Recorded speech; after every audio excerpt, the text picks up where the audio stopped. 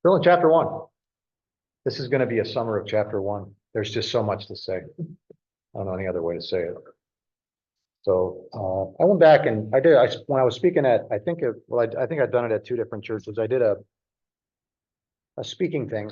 I don't preach really. It's not my thing. It begs the question of what is the difference between preaching and teaching. And I thought Casper's answers to his questions that he gave us were pretty good.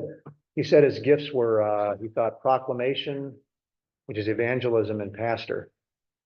And he did not put the word preaching on there. And I found that interesting. I view preaching as exhortation. So what you're hearing from Tom on Sunday morning, Doug last week, that's exhortation, and they're excellent at it. How they do that, they manage to, open up the text in a very fair way into exhortation.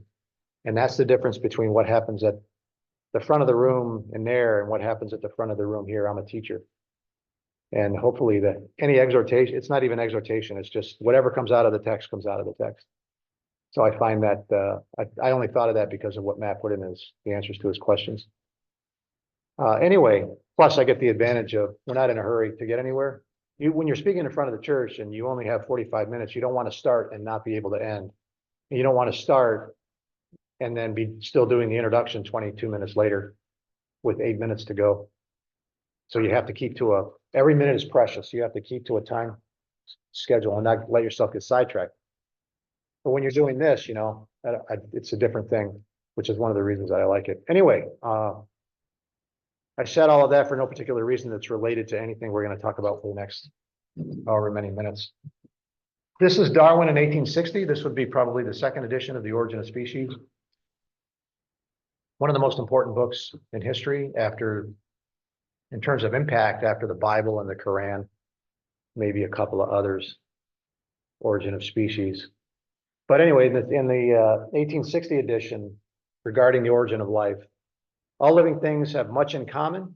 Therefore, I infer that probably all the organic beings which have ever lived on this earth have descended from one primordial form, into which life was first breathed by the Creator. Now, he got his mind right later on this creator nonsense. So that was going to change. But there you can see it even there. It's just so hard to dispense with the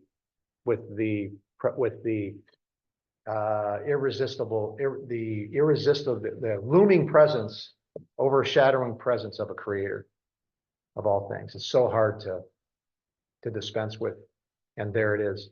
But notice the inference. Common ancestor, he says it correctly. The idea of common ancestry is not more than an inference based on the commonality, what all living things have in common. For example, he didn't know this at the time, but in our day, DNA. But all living things have certain things in common, much more than he actually understood, because he didn't understand, they didn't know the germ theory, they didn't understand what a cell was and what goes on in a cell, but that's all in common.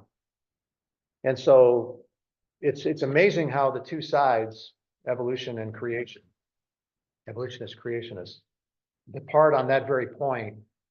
The one side sees commonality as a reflection of common ancestry. There must have been a single genetic type at the beginning. And the other side sees it as a masterful design pattern that then has the ability within it to diverge in different ways. So, a huge percentage of DNA is held in common by all living things, or animals anyway. It's too bad Kristen's not here, Kristen Davis, because she could have more than to say about this. She probably could too, Laura. By the way, speaking of Kristen, she emailed me a couple days ago and said she found the website where that paper I've been talking about, the Wistar Institute's symposium on the mathematicians and the evolutionists went at it. But I looked at like a dozen different websites, and as far as I can tell, it's in print only. So if I want it, I got to go back to Michigan State. Probably check out the exact same copy that I checked out 30 years ago. I might actually do that. but you can't download it anywhere. So that's Darwin in 1860. He would eventually, I think, dispense with the very idea of the creator. Not absolutely not based on the evidence. And actually that's the important part. It's not like discoveries were made as the decades went on, because remember, this is only 150 years ago. As if you know, the decades go on, and as we learn more and more, we have more and more evidence that there was a common ancestor of all living things. That is absolutely not what happened. It's this became the premise of science. The commonality of all living things you can infer the common ancestor is an inference of the observation of the commonality of all living things. And I personally believe that's as much true today as it was back then.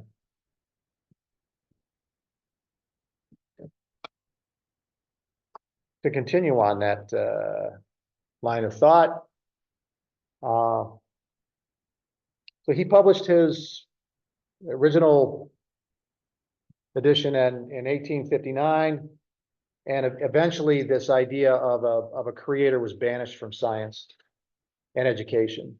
And again, not based on evidence, but just simply some kind of herding of orthodoxy.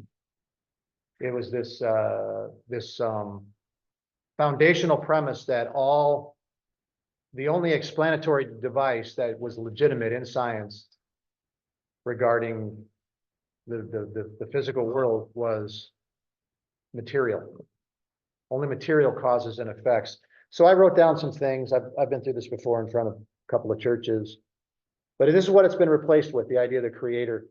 First of all, physical reality is all reality, which is to say matter plus energy encompasses everything that is without remainder. There is nothing else to explain outside the world, the realm of matter plus energy. Physical law and only physical law governs the universe. There is no room for a personal agent, a thinking agent who is invading the temporal universe and doing things and manipulating event, and his own individual cause producing an effect. All causes are physical causes which produce physical effects, and everything can be reduced down to that. That's an absolute materialism, but maybe we'll get back to that. Therefore, the universe is a closed system of entirely physical cause and effect. So the founders were, a lot of those founders, Thomas Jefferson and so forth, Benjamin Franklin, I didn't know him, so I can't call him Ben. Benjamin Franklin were deists. They believed in deism is the belief that there is a God, there is a creator. You can see it in the Declaration of Independence, actually. They are endowed by their creator with certain inalienable rights. All humans they're endowed by their creator with certain inalienable rights. Not they are endowed by the personal God of the New Testament, who sent his son to die on the cross for our sins, but by the creator. So there is a creator who then wound the system up and then stepped out of it. So he's impersonal. That's kind of the deist view of things. If I was not going to be a Christian, and others have said this, I'd probably be a deist. Simply because you simply can't dispense with the creator. Therefore, everything that happens can, at least in principle, be explained scientifically without remainder. Nothing is outside the bounds of science. Another way of saying that, you've heard me say it, is whatever my net can't catch is not a fish. My net of science, in principle, can catch everything that exists in terms of explaining without exception. There are no powers operating outside the confines of space and time. So we exclude a creator at the foundation of the system of thought. All life, therefore, descended from a very simple, single-celled common ancestor. And that's the great hunt, to be able to say something meaningful about this single common ancestor from which all life evolved, which in my view, they will never be able to ever be able to say anything meaningful. And by meaningful, I mean specific, based on evidence. These are the central tenets of modern naturalism. And naturalism is now the supreme dogma of modern science, and it is built on Darwinism. Belief in common descent of all life from a single common ancestor, which was itself the product of purely natural forces, in contrast to what Darwin said right here, where he viewed life as an infusion, in this edition, and an infusion into the material itself. Life was a thing. You have the stuff of the cell, for example. We talk about a living cell. What do we mean by that? We have the stuff, the physical stuff of the cell, and we can analyze that. But what does it mean to say that it's living? Things move. They do things according to purpose. They do this, and you have RNA and DNA, and this event, and this transport system does this, and it's all well worked out, and it moves and it goes. And what I've often wondered is, others could say, and I don't have any idea, but if you could take a cell, abstract it from the body, maybe they've done this, could you make it continue to live on its own? If you provided all the nutrients, abstract it from the body, could you make it continue to do its thing on its own indefinitely? Or would it go for a little while and then stop? What are you shaking your head for? It does? My own belief is life, the life that a living cell has transcends the cell itself. That the life that a cell has comes from something more fundamental like the soul. And that's where the life comes from. And so if you take that away, the body does not move. The body becomes static, inert, everything stops.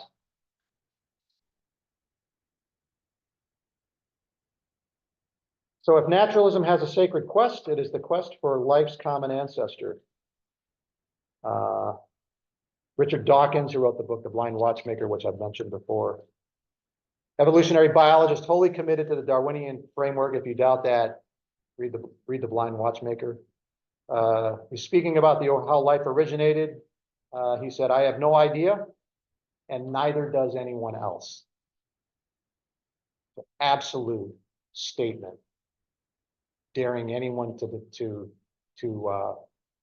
refute him. This is within the last 20 years. Hey, evolutionists, you believe in the naturalistic origin of life? Yes. You believe that all life descended from a single common ancestor? Yes. How did that happen? I have no idea, and neither does anyone else. That's interesting. He was the guy that, did you remember the documentary Expelled? Was it Expelled? The one with Ben Stein? Oh, it's excellent. But he interviews Richard Dawkins at the end of that thing, or all the way through it, really, I think, if I remember right. But he got Dawkins, he got Dawkins talking about where life came from. Let's transcend evolution. Where did life come from? And he'd already repudiated the idea of design, intelligent design, completely and totally. And he said to Ben Stein, well, maybe it came from another planet. And he didn't realize what he had said. And Ben Stein kind of smiled and he said, so you think I should go find it and we can play it. I might own it. You think that life, originated from another planet, intelligent life on another planet? Yeah. Got him to say it 2 or 3 times, and Dawkins didn't understand why he kept. But then he didn't point it out. He just let it go at that point. And then later, after the thing came out, Dawkins found out what he had actually done there. So in his attempt to repudiate the idea of an intelligent designer, he just simply removed the intelligent designer to another planet. The Christians simply move him outside of the universe a little bit, but still in touch. Very hard to get rid of. Some of that stuff's really interesting if you're into it. Some people are into, drawing and whatnot. I like to watch these guys go at it. All right. Well, that's that. Let's see if we can finish off chapter 1. What do you think? Can we finish off chapter 1? Oh, maybe I had more to say. I have 2 pages here. Yeah, let me summarize that with that common ancestor. It's not understood how, but I think personally, it's not understood how important that the common ancestor is to the naturalistic understanding of the universe. Without the common ancestor, you have no creation story for the evolution of life on planet Earth or Is that anywhere else. related to humans when you say common ancestor? And this is something. That all life evolved from a single common ancestor. That explains the commonalities of all things. Darwinism serves the same function for the naturalist that Genesis 1, chapter 1, verse 1 serves for the Christian. Darwinism is the naturalist creation story, because even the naturalist craves an answer to the question of the origin of life on planet Earth, just like the Christian. It's a pseudo religion, and the fact that you know they can't say anything meaningful about this is devastating. It'd be exactly like the Christian having a Bible with no Genesis chapter 1.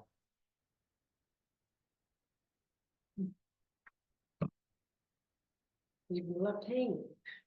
Where'd it come from? Never quite comfortable. Yeah. Never quite being able to, get it out of your brain. You wake up at night rattled because it just is always there. We just assume it to be true. That's exactly what they do. They just assume it to be true. Okay, let's move to verse 26. Okay. Purpose. We just came off the creation of the kinds in the animal world. Notice the distinction between animals and humans. In the evolutionary world, there is no distinction. Humans are just the next step. And according to an awful lot of people in our day and age, a toxic step in the evolution of life on Earth, if you believe in such things as toxicity in the evolution of life, if there is room for such things, characterizing anything in that kind of, with that kind of frame, evil, immoral, all of those ideas. Enemy of the environment. Yes, as if evolution cares, as if anything cares in a naturalistic world, as if anything cares, about the environment. Nothing cares. Verse 26, then God said, let us make man in our image, according to our likeness, and let them rule over the fish of the sea, and over the birds of the sky, and over the cattle, and over all the earth, and over every creeping thing that creeps on the earth. God created man in his own image, the doublet there, the twice-fold reference, and then the thrice-fold reference. In the image of God, he created him, male and female, he created them. So that's the labored statement about when he gets to the creation of just the two. The rest are created in a group. He created all the creeping things. He created all the birds after their kind. The fish of the sea monsters, the stars. He created all this other stuff in groups. He gets to the humans and it's particularized, and there are two created. He doesn't say he created 34 trillion stars. He created 6,486,024 animals. He doesn't do anything like that. He just simply created the animals. He gets to the humans. He created a single, in this statement, that's interesting. This is a more generic statement than that. I'm thinking out loud here. It doesn't say he created Adam and Eve. Yeah, okay, yeah, you get there. You can get there. So he created two particularized humans. And then he's gonna speak to them just like he spoke to the animals. So he spoke to the group before. Now he's going to speak to the humans, the two humans, the male and female specifically. But notice the laboring over the point that he created them. So you have that referenced in verse. So he says he's going to do it. Let us make man in our image. And then he creates a man and a woman. And there you can see the inclusive nature of the word man, inclusive of woman in this case. And then in verse 27, he does it. So he says he's going to do it in 26. Then he does it in 27. 27. And there you see now the distinction. He creates them male and female. created him. That's interesting. He created him, male and female, he created them. And so there's this tension in the way that he frames it. He created him in his own image. And then alongside of that, he defines the creation of him as really a them, male and female, both of whom have the image of God. So they're subsumed together here. They didn't put that detail in with cattle, male and female. Exactly. cattle and Fish. After their kind. Yeah. That's as distinct as he gets for anything else living. They are created after their kind. Is this so that, because he knew where we would be today, where people are questioning the male and female part, and he laid it out right there. So we could look back and see. I prefer to think of it the other way around. We, today, some people look at this and find it unconscionable and unacceptable. And so there's this war going on with Genesis chapter 1, verse, well, all of it, but in this case, 26 and 27. But you notice before the animals were created after their kind. He does not say that here. He does not say, does he? No, he does not say that the humans were created after their kind. He creates the two humans. If anything, he implies, what kind are they created after? Let us make man in our image. So the animals are after their kind, but the two humans are in our image. So there's this absolute categorical distinction. There's a vast chasm in the nature of the humans versus the nature of the animals, which is another thing precisely that evolutionary theory rules out. There are no vast chasms of differentiation in types of living things. On the contrary, there is a slow, steady, incremental, virtually imperceptible gradation of changes, of differences from the single common ancestor all the way through to the most complex, the humans. And if you went backwards, you could find all the links, all the almost imperceptibly small links in each evolutionary cycle, or whatever you want to call it. That's what they think. There cannot be absolute distinctions between kinds, like it's so easy to, it's so problematic to think that, but like for example, between a motorcycle and between a motorcycle and a boat, they have things in common, but it's not like, this is the irreducible complexity argument that Michael Behe wrote a book on, which is excellent. But you can't change a motorcycle through imperceptibly small changes and arrive at a boat. There's no way to do it. You can't change a bicycle through imperceptibly small changes into a motorcycle. You are eventually going to arrive at the point where you have to strap on something wholly different, like an engine. There's nothing in the bike from which can become material that can be turned into an engine somehow through small changes. There's no way to do that. Doug's in the back of the room here. We could do the same thing with a motorcycle to a car. There's just no way to do it. And he took a lot of flack for that book, but I actually, frankly, think the argument stands stronger today than it did before. But here, the point being that before the animals were made after their kind, and here they're injected with, they reproduce according to their kind with the animals. With the humans, they are injected, infused, whatever, at the very start with the image of God. And that defines their kind. And now that image of God will then be propagated, through the line, as marred as it's going to become in chapter 3. I wish Tom was here because we could talk about the image of God a little bit more. It's never been something I spent a lot of time. So the concept of image is affected from the purpose that God is. Unfortunately, nowadays, we're not totally in the God because of man's sin. Would you say it's, but is it fair to say that that the image in us has been corrupted? Yeah, and I personally think that, we talked about the new atheists last week, this group that formed in the early 2000s, where they were going to be, you have to confront the religious people head on. They're wrecking the world. The world that they gave science to, the religious people, Isaac Newton and so forth, they gave science to us. You're welcome. Now they're viewed as an infection on the earth, right? Never mind the fact that evolution favored, obviously, religious belief, if evolution was true. Otherwise, it wouldn't be absolutely everywhere.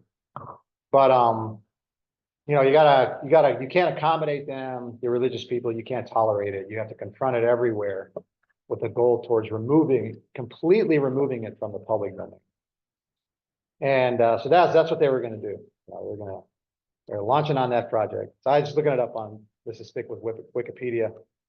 Term new atheism describes positions of some atheist academics, writers, scientists, philosophers of the 20th and 21st century. Says the 1990s, 2000, I think. Advocates the view that superstition, religion, and irrationalism. Notice how they in their minds they lump together the idea of religious belief and irrationalism. Should not be tolerated. Instead, they advocate the anti-theist view. So don't be just atheist, be anti-theist. That the various forms of theism should be criticized, countered, examined, and challenged by rational argument. Yeah, they did all that. That is the world of science. You've had 150 years to do this. What do you mean you're just now starting it? We're gonna go to war with the Christians. Well, what do you think Darwin did? I mean, this has been going on since 1859. Look where you're at. It's worse today than it was before, or you wouldn't be here doing this. You're the case in point. The harder you try, the worse it gets for you. Because the more you do it, the more you have to point out the complexities of life, which makes the odds even more staggering. Every time there's a discovery like this, everybody just looks at it and goes, what are you talking about? DNA, come on, the cell. Challenged by rational, especially when they exert strong influence on the broader society, such as government, education, and politics. I was not aware that religion exerted a strong influence on education. Did I miss something? Was I not invited to the party, the Christian party, when they took over the schools and kicked out all the atheists and turned them into Christian institutions? I must have missed that. Must have missed the memo on that one. Critics, now we're getting to it. Critics have characterized new atheism as secular fundamentalism. That's exactly right. And there's his name, Richard Dawkins, Sam Harris. Some of you may know these names. Christopher Hitchens is a commentator, like George Will or somebody like, in the news, social commentator. So Daniel Dennett, who I forget what he does. I read one of his books. It was terrible. Collectively referred to as the four horsemen of the movement. Here it is. As well as this person, until she converted to Christianity. You kind of have to wait for the punchline, wow, okay. It's almost like the person who wrote it saved that for the very end, as the sprinkles on top of the chocolate ice cream. So now they're going to start talking about its death. Let's see. I've read some of these. I've read The God Delusion. Was that Dennett? No, that's Dawkins too. Let's see. Tom Flynn, 2010, stated the only new thing about new atheism was the wider publication of material by big name publishers. That's exactly what I think. It's been around forever. And his best-selling books. Let's see. There's one more section on this. Yeah, I looked up this article a little bit. I couldn't find it very useful. New Republic, very liberal thing. Published an article entitled, "Is the New Atheism Dead?" if they're publishing articles about something being dead, it's usually because it's not only dead, it's been dead for a while. David Sloan Wilson wrote, "The world appears to be tiring of the new atheism movement." That's good because I don't think the world even knew it existed. You guys live in your own echo chamber. P.Z. Myers, I've heard that name, but I don't think I've ever read anything. Formerly considered himself a new atheist, publicly renounced the movement. That's a bad thing. And then none of this stuff is. Yeah, that's it. Tough to be an atheist sometimes. Tough to be a Christian. I mean, I like talking to them. If you can find one that'll sit down and talk with you, they say the same thing, but it's a different world we live in now because of the changes. Were the creationists really, were the religious people really the problem for science and the progress of society? They kicked out all the Christians. They kicked out all of the religion. These things don't exist in a vacuum, right? So it's not. It turns out that it was false. That you can either you either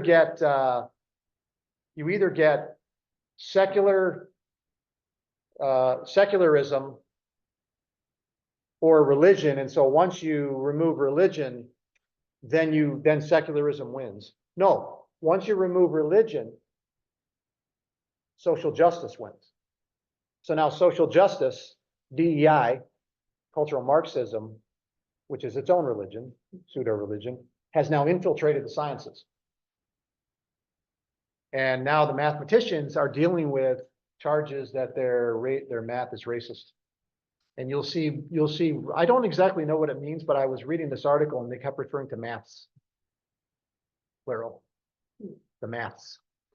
So I got to go figure out, before I heap scoring on it, I got to go figure out what on earth they're talking about. But now they're having to deal with this infiltration.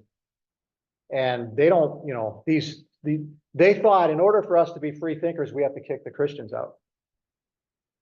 The Christians were a dream come true compared to what these people today, the orthodoxy, the authoritarian orthodoxy that these people demand, who are infiltrating the sciences at this point. Let's get here. Linda last week said this video that we watched about this guy going to the college, Yeah. and talking about, and when we asked them if they thought they were atheists, actually a lot of them were like, kind of give this pause, like, I guess so, I guess I'm an atheist. It wasn't, they didn't really, so most people that say they're atheists, they really don't even know what concept. First time they ever thought of it. Yeah, they don't even know what concept of atheism is. If you say something like, if you follow that up with, so you don't believe there is any God. We are completely alone in this universe. Very few people will answer with a straightforward yes. That's kind of way Yeah. people talk to them.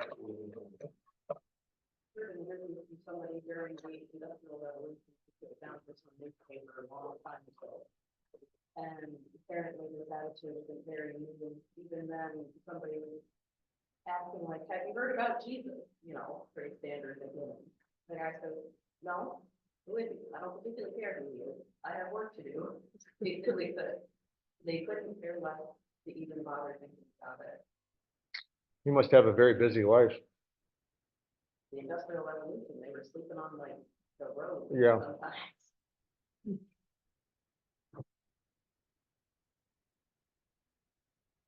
What else do I want to say about this? There's a Trinitarian, there's an issue with the word us and how to take the word us there. Oh, back to image. So what is the image of God?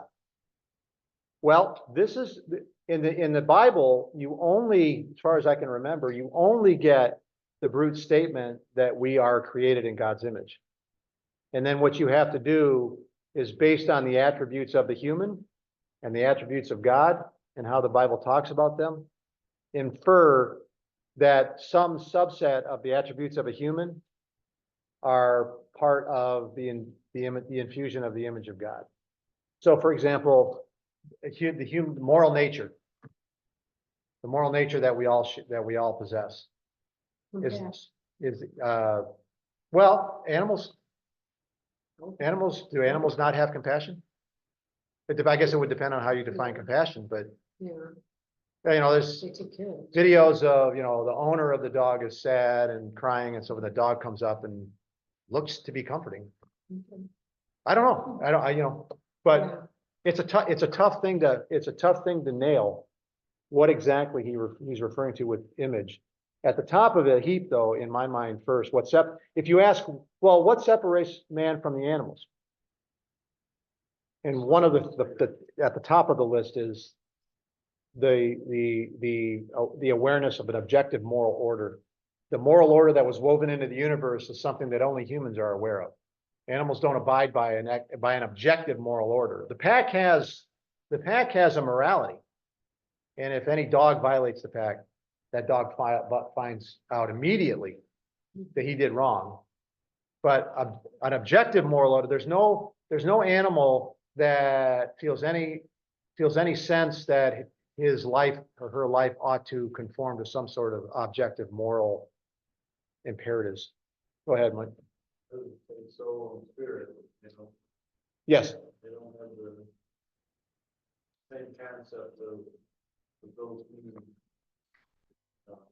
they're created to do what God is designed them to do, but they just do because it's kind of instinct. Yeah, that doesn't mean they don't have a soul. They are living things.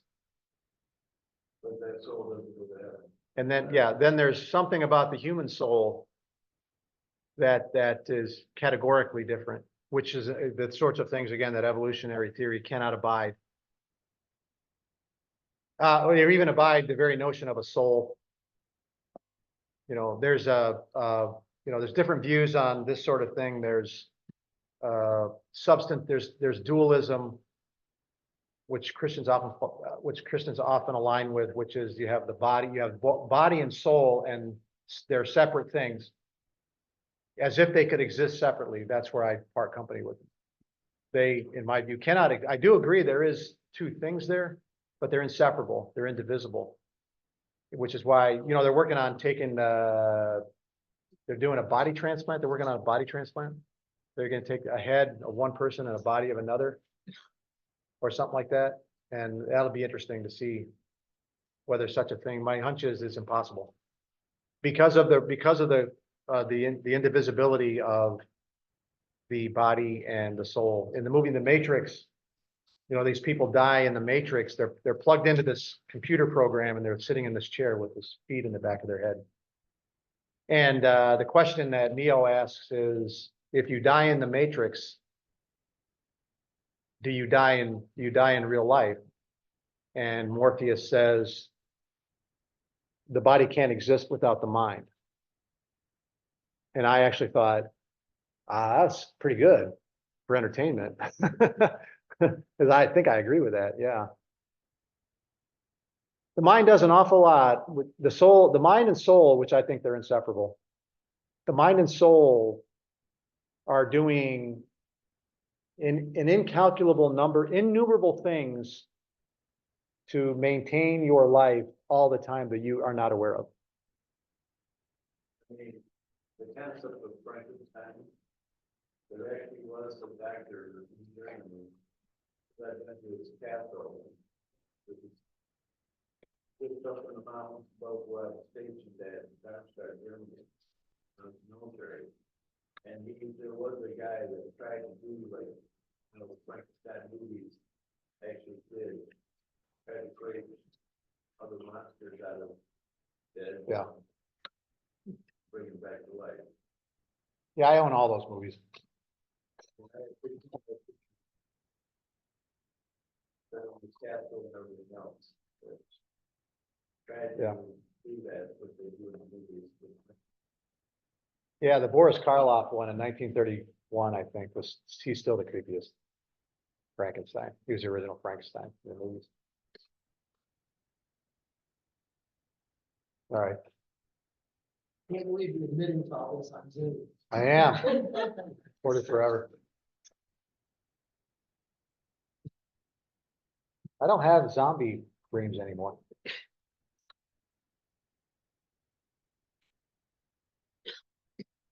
So as far as the image of God, we can talk about it as we go. It'd be more of, all we have are the observations we can make about what separates human from animals. And what those distinctions, the ones where the humans are unique, have to do with God. And that probably to me is your subset of things. One of which would be communication. The language is a outgrowth of communication.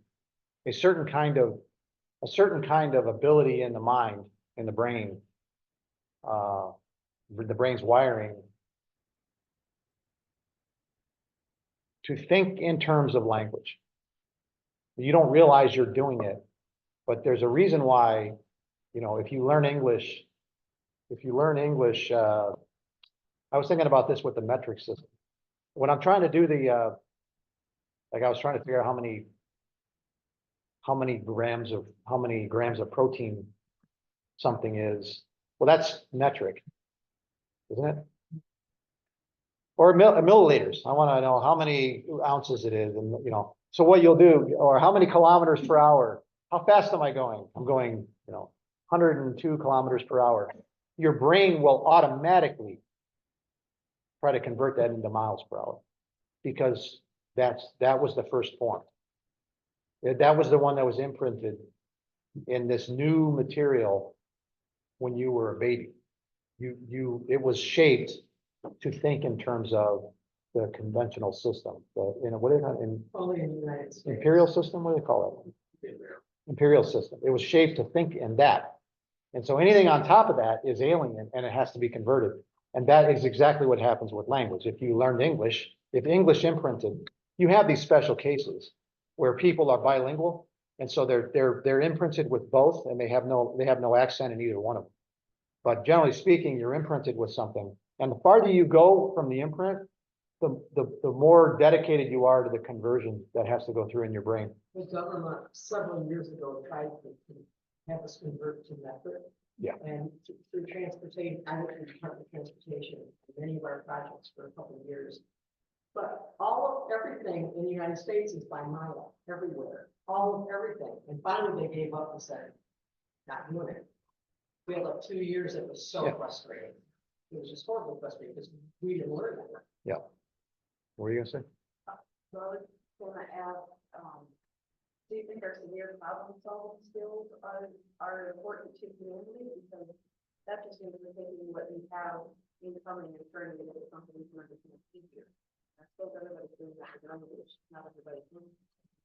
Well, animals have problem-solving skills. I'm looking for the ones that are different. The animals have a language, some of them, to a certain extent. They have a communication ability. Yeah, to us, they're like also they go help other animals. Sometimes they kill them.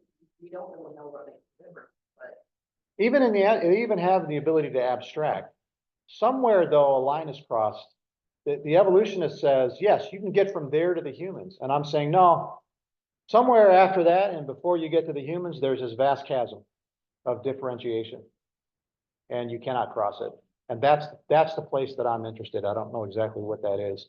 But human language is more than speaking. Human language is a thing that happens in the brain. As I'm talking, language is happening in the brain as well as language is happening in the brain. And then the mouth just says it without you even thinking about it. You don't think about the next word. As I'm saying the next word, it's not like I'm thinking about the next word. The next word just comes out. It's the thought becomes communication. The thought pattern becomes communication in an articulate way. And somewhere in there is also the ability to communicate with God.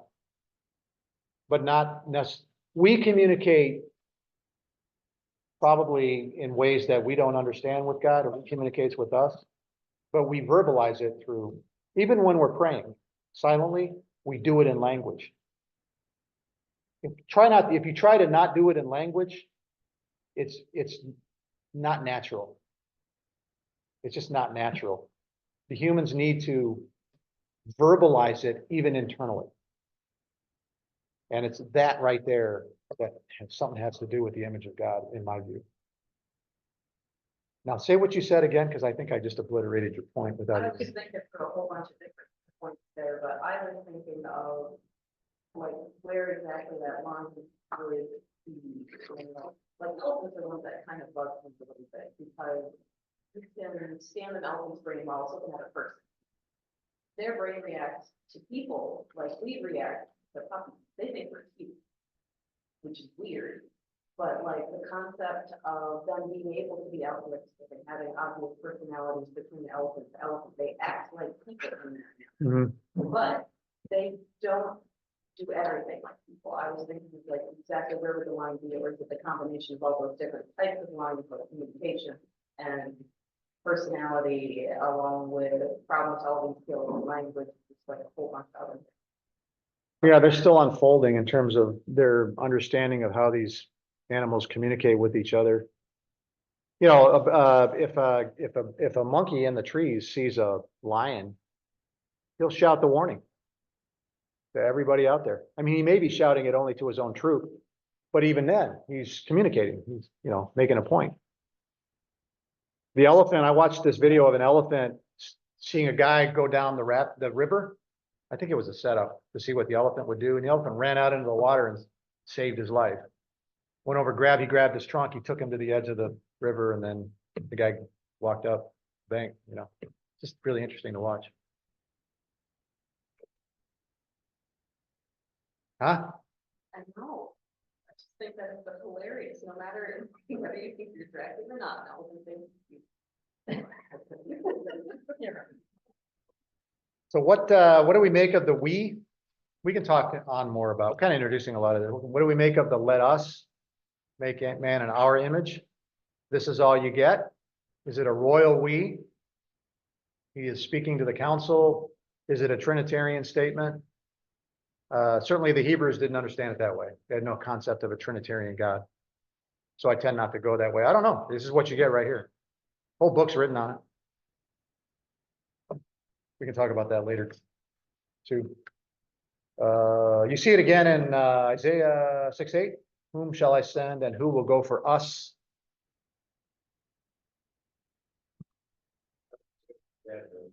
What? I said, I believe it's that way. Okay, yeah, my only argument against that is none of the Hebrews took it that way. But neither did they have to. It can mean something more than what he wrote down.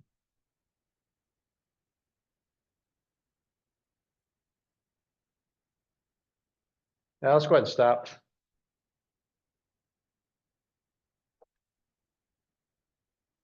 And maybe we'll be out of chapter 1 next week. In mid-July. Okay, anybody want a last word? All right.